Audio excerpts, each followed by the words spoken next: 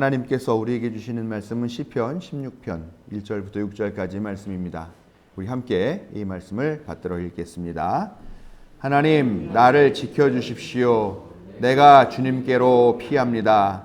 나더러 주님에 대해 말하라면 하나님은 나의 주님, 주님을 떠나서는 내게 행복이 없다 하겠습니다. 땅에 사는 성도들에 관해 말하라면 성도들은 존귀한 사람들이요 나의 기쁨이다 하겠습니다. 다른 신들을 섬기는 자들은 더욱더 고통을 당할 것이다. 나는 그들처럼 피로 빚은 제사수를 그 신들에게 바치지 않겠으며 나의 입에 그 신들의 이름도 올리지 않겠다. 아, 주님이야말로 내가 받을 유산의 몫입니다. 주님께서는 나에게 필요한 모든 복을 내려주십니다. 나의 미래는 주님이 책임지십니다. 줄로 재어서 나에게 주신 그 땅은 기름진 곳입니다. 참으로 나는 빛나는 유산을 물려받았습니다. 아멘. 우리의 약함과 무지를 깨우치시고 힘있게 하시며 생명의 길로 인도하시는 항상 오르신 하나님의 사랑과 자비가 오늘 창립 40주년을 맞이하여 기쁨으로 예배하기 위해 하나님 앞에 나온 자녀들에게 함께 하시기를 성 어버이 성자 성령의 이름으로 축원합니다. 네, 오늘은 우리 교회가 창립한 지 40주년이 되는 것을 기념하는 그런 주일로 지키고 있습니다. 10년 전에 우리가 30주년을 했는데 그에 비하면 아주 조촐한 그런 40주년을 맞고 있습니다. 그때는 오늘 다 이렇게 우연인지 또 하나님의 섭리인지 하나님의 계획이신지 모르겠지만 저보다 젊은 목회자들이 담임을 해서 오늘 또 그분들이 다 이 자리에 예배를 참석을 하셨는데 나름 생동감이 있었고 또 30년을 축하하는 이벤트도 많이 준비를 했던 것 같습니다. 오늘 이렇게 전임자 두 분이 모두 함께 자리를 하고 계시는데 아마 우리가 따로 준비한 이벤트는 없는데 이분들이 오신 것이 또 아주 중요한 이벤트가 아닐까. 또 소속 목사님까지 오시고, 예, 우리 지금 이 자리에 한 20여 명 좀 넘게 있는데 목회자가 4명이면 한 4분의 1에서 5분의 1 정도 되는 것 같은데, 네, 이게 아주 중요한 이벤트가 아닌가 하는 생각을 합니다. 지난주에 인제에 갔는데 인제 갔다 우연히 우리 교회에 나의 전임자가 저 두 분 계시지만 또 다른 전임자가 한 분 계세요. 제 사촌 형 방일섭 목사님인데 방일섭 목사님 인제에서 만났어요. 거기도 그 집 짓고 가끔 오시는데 그래서 내가 이제 돌아오는 주일이 우리 교회 40주년 기념일이라서 예배드리기로 했다 그렇게 얘기를 했더니 이분이 뭐라 그러냐면 그러면은 40주년 정도 됐으면 전임자들을 초대해서 그 황금 열쇠도 하나씩 주고 다른 교회들 그렇게 하고 있고 또 그렇게 받은 내 친구도 있다던데 이런 얘기를 하시더라고요. 그래서 야, 형, 나 먹고 살기도 바빠. 쓸데없는 소리 하지 마. 그렇게 했는데 아무튼 제 옛날 전임자는 안 불렀는데 이게 제 전임 직전 두 분을 함께해서 너무나 감사합니다. 그 사이에 많은 변화가 있었지요. 이 10년 사이에 담임자가 직업적으로 NGO 활동가 역할을 했었고 또 코로나 팬데믹 겪고 또 팬데믹 겪으면서 교회 출석하는 인원들도 많이 감소하고 그런 그 사이에 어쨌건 교회가 10살을 먹어버렸고 우리들도 다 10살을 먹어버렸잖아요. 예. 아까 오늘 주보에 실린 사진을 보면서 우리 장로님이 아유 이거 봐 혁이가 완전히 애기야 애기 그러니까 한 권사님이 옆에서 저도 애기였어요 이렇게 얘기를 하더라고요. 그러니까 지금 그 애기였던 사람들이 지금 다 이렇게 10살씩을 더 먹어버리니까 그렇게 또 많은 격세지감도 느끼고 또 우리 교회가 전체적으로 10살을 더 먹었구나 하는 그 어떻게 보면 좀 슬픈 마음도 좀 드는 그런 40주년이 아닌가라고 생각을 합니다. 그래도 40주년이니까 교회 연역을 대충 읊어야 될 것 같아요. 모르시는 분들도 계실 테니까. 여기 뭐 창립 멤버들은 한 분도 안 계시잖아요. 그렇죠? 제일 오래 계시는 분이 우리 하목군 장로님이실 텐데 하목군 장로님이 한 25년 28년. 네, 28년. 29년 해수로 29년. 네. 해수로 29년째 되셨어요. 제일 오래되신 분이. 그래도 한 11년의 공백이 비잖아요, 우리 교회가. 그래서 저도 대충 한번 좀 훑어보면서 그런 교회의 역사를 한번 공유하고자 합니다. 우리 교회는 1985년 10월 27일에 신성교회로 창립 예배를 드렸습니다. 김태원 목사님이라고 지금 어디 천안인가 어디에 계시는 것 같아요. 외국에서도 나가 계시고 그러다가 들어오셨는데 그분이 개척을 하셨는데 그 1985년도에 같은 해 경석교회도 이경종 목사님 담임이 개척을 하셨어요. 그래서 교회 역사가 따로 보관되어 있지가 않은데 어떻게 교회에서 우연하게 사진 하나 발견했는데 4월 15일에 창립 예배 드리는 사진을 이렇게 본 거예요. 그래서 아 우리 교회에서 이 사진이 있으니까 우리 교회 사진인가 보다 이렇게 생각해서 매월 4월 15일에 창립 예배를 그렇게 드렸었어요. 근데 나중에 알고 보니까 그게 경석교회 사진이더라고요. 네. 그래서 우리 한동안 와 우리 4월 15일 날 창립했어 막 이러고 예배를 몇 년 동안 드렸는데 아니었고 그 경석교회 목사님이 야 우리 4월 15일 우리가 했는데 니네는 더 늦게 했어 그러시더라고요. 니네는 뭐 그래서 이제 그 이경당 목사님한테 우리 교회 역사를 좀 들은 거죠. 나중에 연회 가서 확인해봤더니 우리 교회는 10월 27일에 창립을 했더라고요.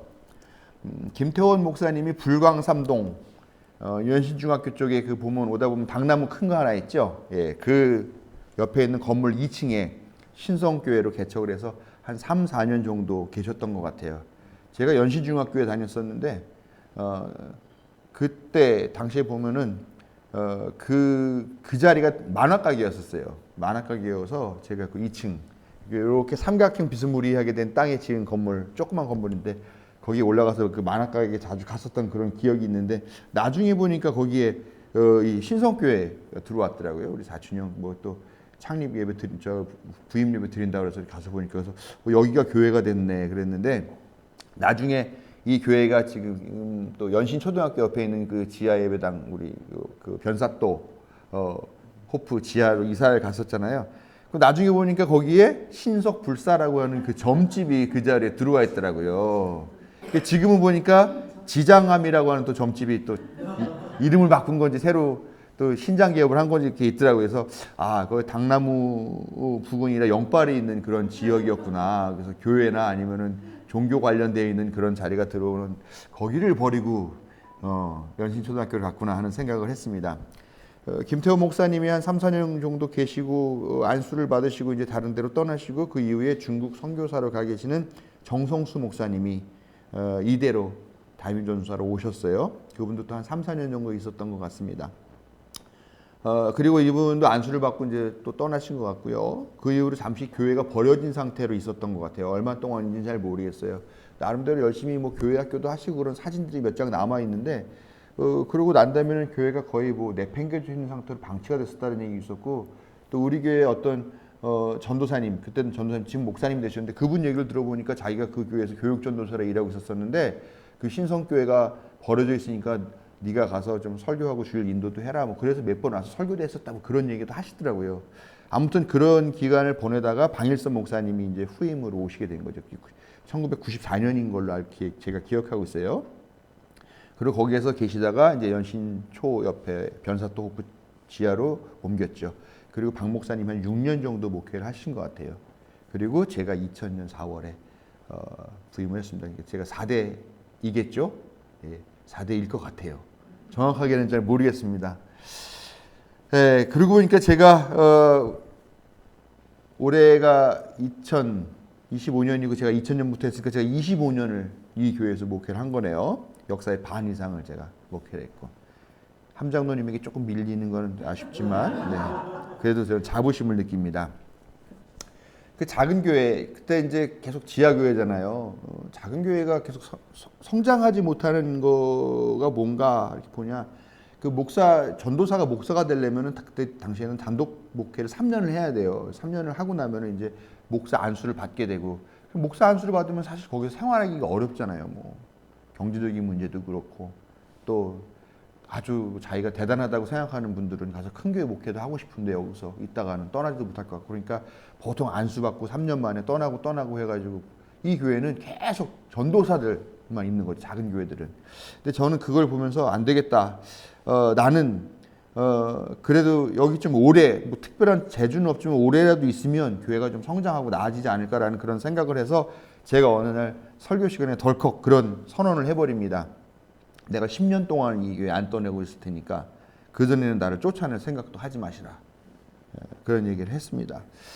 그 선언이 족쇄가 됐는지 은혜가 됐는지 25년째 지금 이 좋은 만남교회와 함께하고 있는데요. 어때요? 제가 25년 있는 게 은혜인 것 같습니까? 족쇄인 것 같습니까? 여러분들에게 저주인 것 같습니까? 뭐인 것 같아요? 제 오래 계신 분이 한번 말씀해 보시죠. 사회생활을 오래 해보신 분이라 그런가? 네, 감사합니다.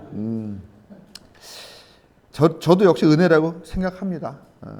믿거나 말거나.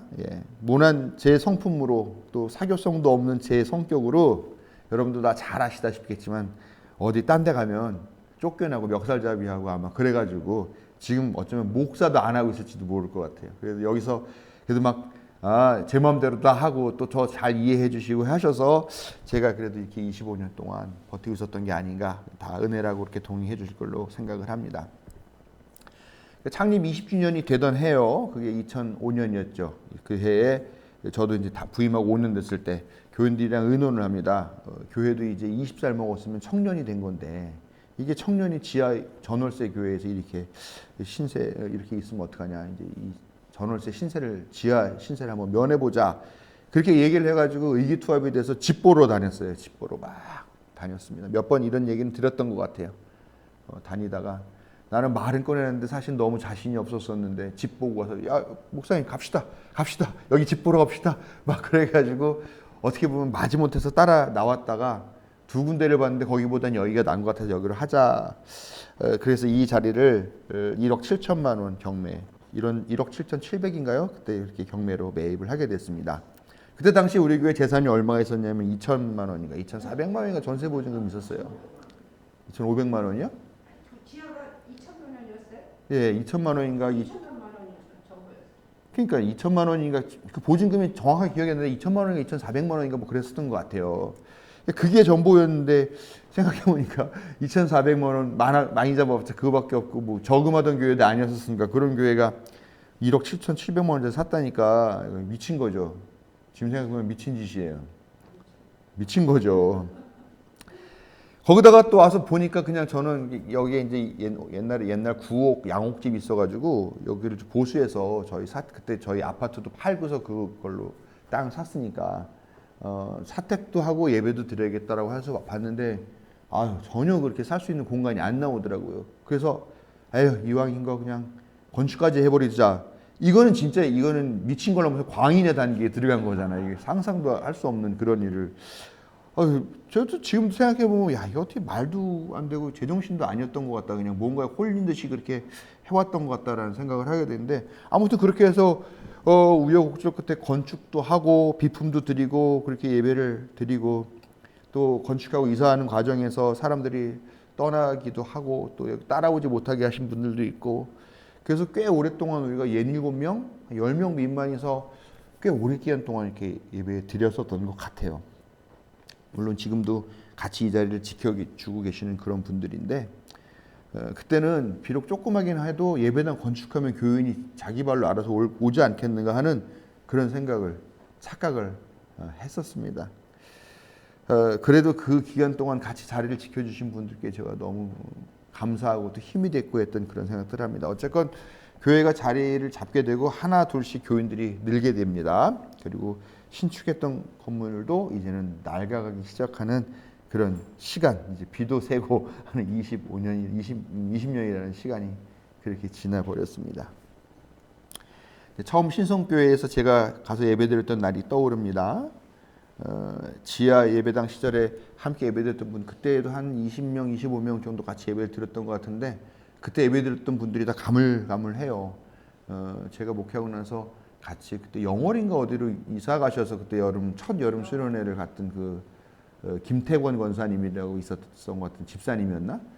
그분 정도는 기억이 나는데 또 젊은 청년 정연이라고 하는 청년도 있었던 것 같고 그리고 이창예 권사님인가 그분은 제가 갔을 때는 안 나오셨던 걸로 알고 있어요. 네, 편찮으셔서 아무튼 가물가물해요.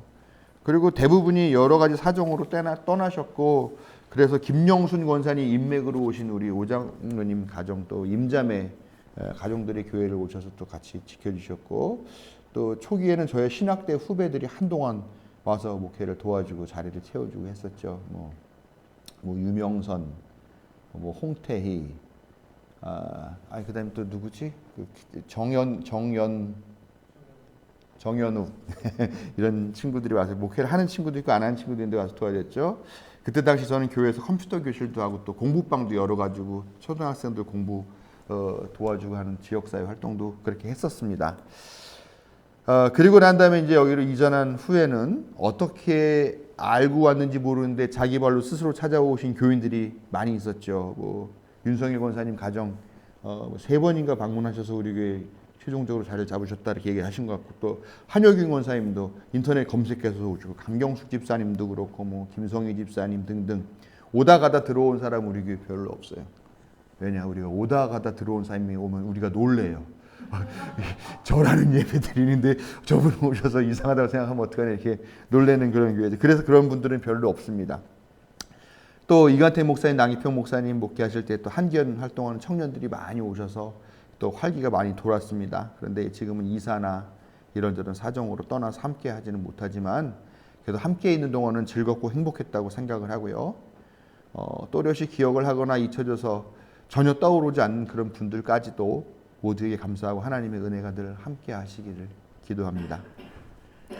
교회도 인격이 있고 성장 주기가 있다라고 저는 생각을 해요. 인격은 교인들의 성품에 따라서 형성이 되는 거예요. 그러니까 우리 교회가 어떤 사람들로 모였느냐, 어떤 성품의 사람들로 모였느냐에 따라서 우리 교회 인격이 형성되는 거죠.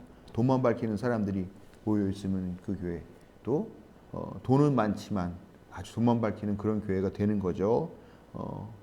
우리 교회는 그런 교회는 아니라고 생각합니다.